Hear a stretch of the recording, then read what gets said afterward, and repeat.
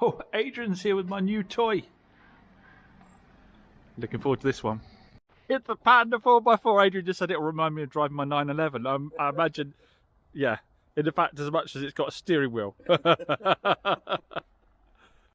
So it's a day later since Adrian dropped off the little Panda 4x4. Sorry for the wind noise. And you can see it's dirty now because I have had a little drive. More of that later on in the video. So what have we actually got here? We've got a 2016, late 2016 Fiat Panda 4x4. This is a proper four-wheel drive. It's an electronic four-wheel drive. It's permanent four-wheel drive, but I believe that around 90% of the power goes to the front wheels under normal driving, but when you need it, the four-wheel drive kicks in, although it does have a diff lock that you can press inside the car. I'll show you a bit later on. So it is a proper 4x4 Panda. Those of you who have followed the channel for a long time will remember when I had the earlier version of the Panda 4x4. I love that to bits. I think there's a video somewhere of me driving around our field and it pulling a Christmas tree up to the house.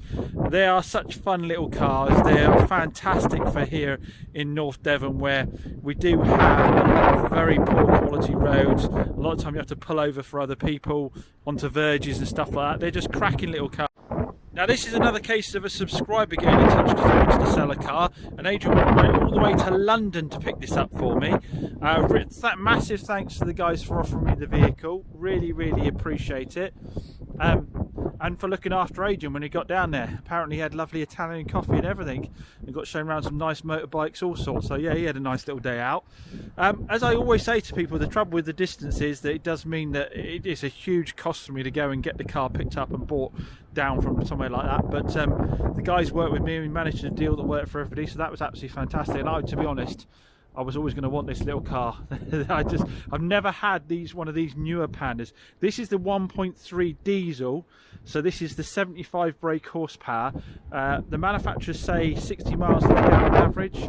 I don't really dispute that. Having had this engine in the Fiat 500 and having to drive about in this car now, it really does fantastic fuel economy. But with that diesel engine, you've got, even though it's only 75 horsepower, you've got a nice chunk of torque. I think you've got about 140 foot-pound of torque, around about 1500 RPM. So you've got a nice wedge of pulling power, and they feel properly nippy.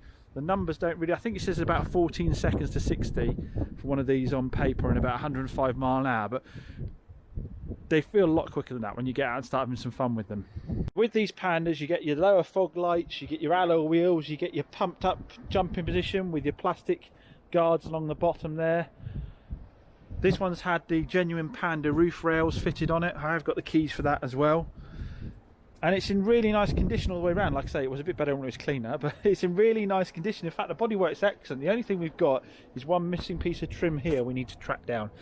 If anybody can find that, let me know, because I've been searching online. I found it really hard to find that. So yeah, it's an absolutely fantastic condition. One of the reasons that it's in such good condition is, well, I'll show you why. It'll be obvious when you see. It's only done 28,000 miles. 28,000 miles, and our subscribers had it for about 4 years and only put 4,000 miles on it since. Mega low miles. Interior wise, again, as you'd expect to that mileage, it's all immaculate, and I do like the kind of funky interiors on these 4x4s. They carry the colour through all the way through the interior. You've got it along the dash here with a kind of a soft feel plastic with a green that matches the rest of it. 5-speed box. Now, I've not seen this before. I've never had a Panda with heated seats before. They do just seem to sort of warm your bum more than anything, to be honest. Handbrakes are a quirky thing in these. They're these great big things here. Obviously, we've got electric windows. We've got Bluetooth. We've got air conditioning. Let's close the door because it's raining. Oh, got electric mirrors. Everything here is as brand new, apart from the mud on the carpets. Proper 4x4 carpets, which we've put on there. Yeah, everything is really as new. Got a gloss finish down the centre here. All the buttons come really easy to hand in Pandas. They're a bit like the old Civics. You've got the gear lever up here, higher in the middle. So for those people that have problems with their shoulders and stuff like that, it's a bit easier to change gear from there. Really light steering on them. They're just a funky little car. There's our limited our differential lock there, the ELD. Like I say, it's an electronic 4x4 system. Hit that, and you've got the diff locked. Some of you 4x4 guys will have to explain to me what the advantage of that is. I've never actually looked into it. And then we've got our auxiliary input, our USB input, and Bluetooth down there. Like I say, along with the heated seats. Got all the paperwork, all the books. It's 2 previous owners. I think it did change within the family. I think they said they changed it to somebody else's name. So I think it might have had 1 previous owner before it went to the family. The service history is stamped to 2018. I don't know if there's any other paperwork for services afterwards. These are chain driven, the 1.3 diesels. So they need an oil filter, air filter. And the last service was done by the company that sold it to our subscriber. And as I said, they've only done 4,000 miles since. So I don't know if they chose not to get it serviced or if we just haven't got the paperwork for it. Yeah, no more in there. Obviously, I've got the seats right back, being 6'2". When they're in normal position, you've got more room. The seats obviously fold down flat. It's all immaculate in there, as you'd expect. Boots all in good condition. It's got my boots in it, but all in good condition in here. I say my little Fiat 500, I just run around with the seats flat all the time, used it like a little van. And we actually have winter tyres on as well, Continentals with the proper little grippy bits in them. They're all as new all the way around. It's matching Continentals all the way around. We'll have a little look under the engine bay. So as I said, we've got a little 1.3 diesel, chain driven, so no cam belts to worry about. All the coolant's nice colour at the right level, as you'd expect. This mileage has still got the proper Fiat stop-start battery on it. Everything under here is clean. I've not really heard of problems. I'm sure people are going to jump into the comments and say they have, but I've not really heard of problems on these 1.3s. I guess the only problem you'd have is the chain, but I don't know of any vehicle with a chain that lasts forever. They're not life of the engine. They all need changing every now and then. But I've had one over 120,000 miles without needing a chain. And I say I love them because they're super economical, but they've got enough grunt to sort of haul you along at decent speeds on the back lanes. A lot of fun. So I think the thing to do is let's hop in and have a little drive and see what we think of it. Now we are going to properly test this as well. We're going to do a little bit of mucking around in the mud with it as well, so hang fire for that. So there's a little Panda 4x4 on the road. Well, the thing about these little 1.3 diesel is you get the exact opposite of range anxiety in an electric car.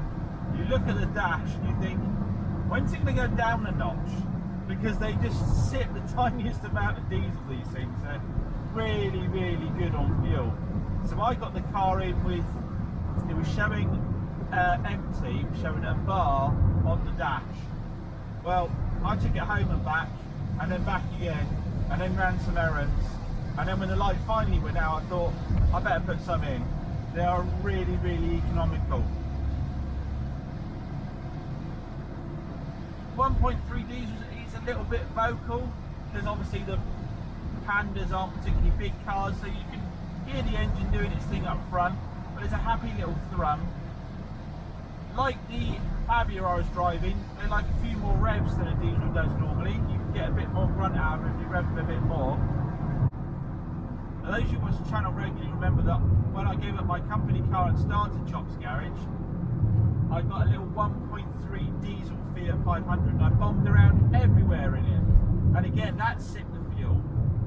But with these small light cars, even with I think one of these 95 horsepower or might be 75 horsepower, they have a good slug of torque in them. I mean, I'm in 5th gear, going up this very steep hill, which most cars you need to drop down into 3rd. I didn't come down hill with any speed, but what I would do is nip into 4th, come on the thrust of it, and it's all good. You keep them on the boil, and they're quite nippy little things. Right, we're coming up to my favourite set of corners. So you can see how it really does. I can try 4-wheel drive through the corners, see if it makes any difference, but I don't. Actually, yeah, it's doing it. It's wet, isn't it? 4-wheel drive on through the corners.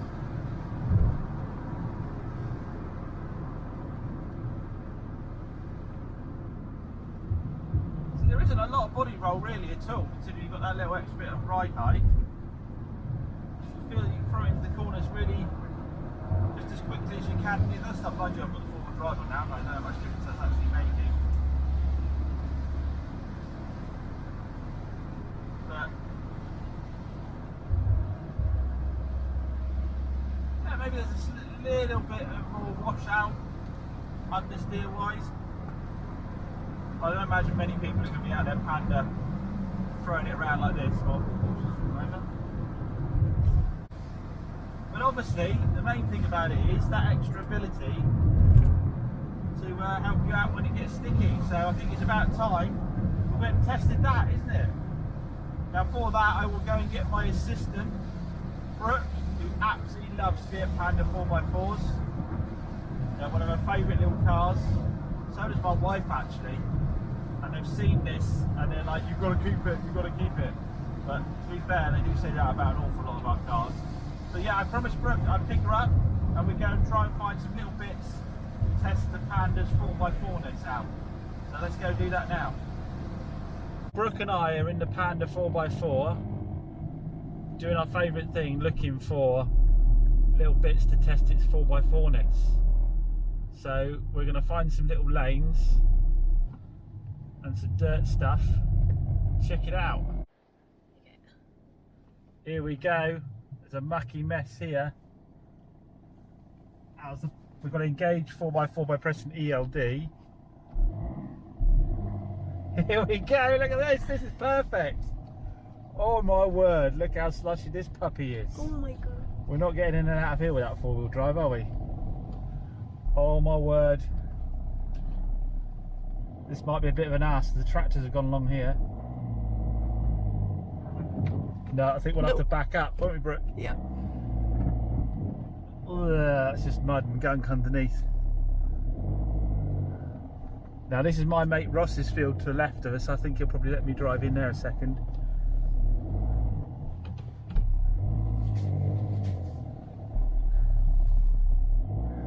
If he won't, he'll tell me off when we get down the pub. Whoa! There we go.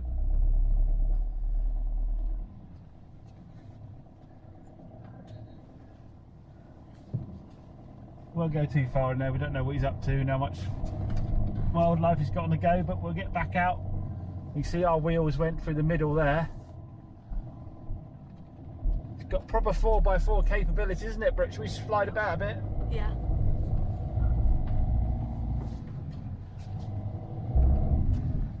Go, little Panda!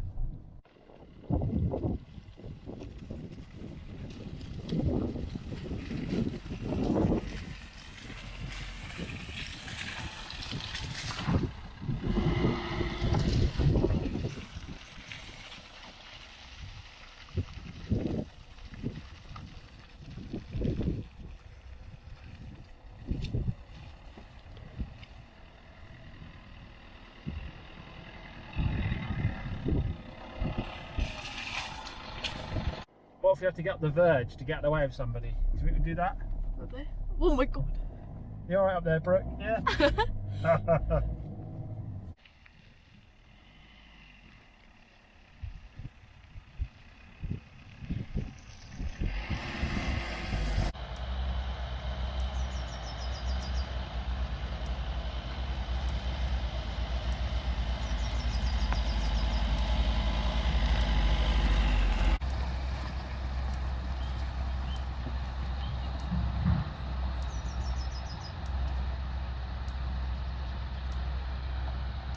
Uh-oh, Brooke, look, skiddy road. Let's put it on there, see if the wheel spin.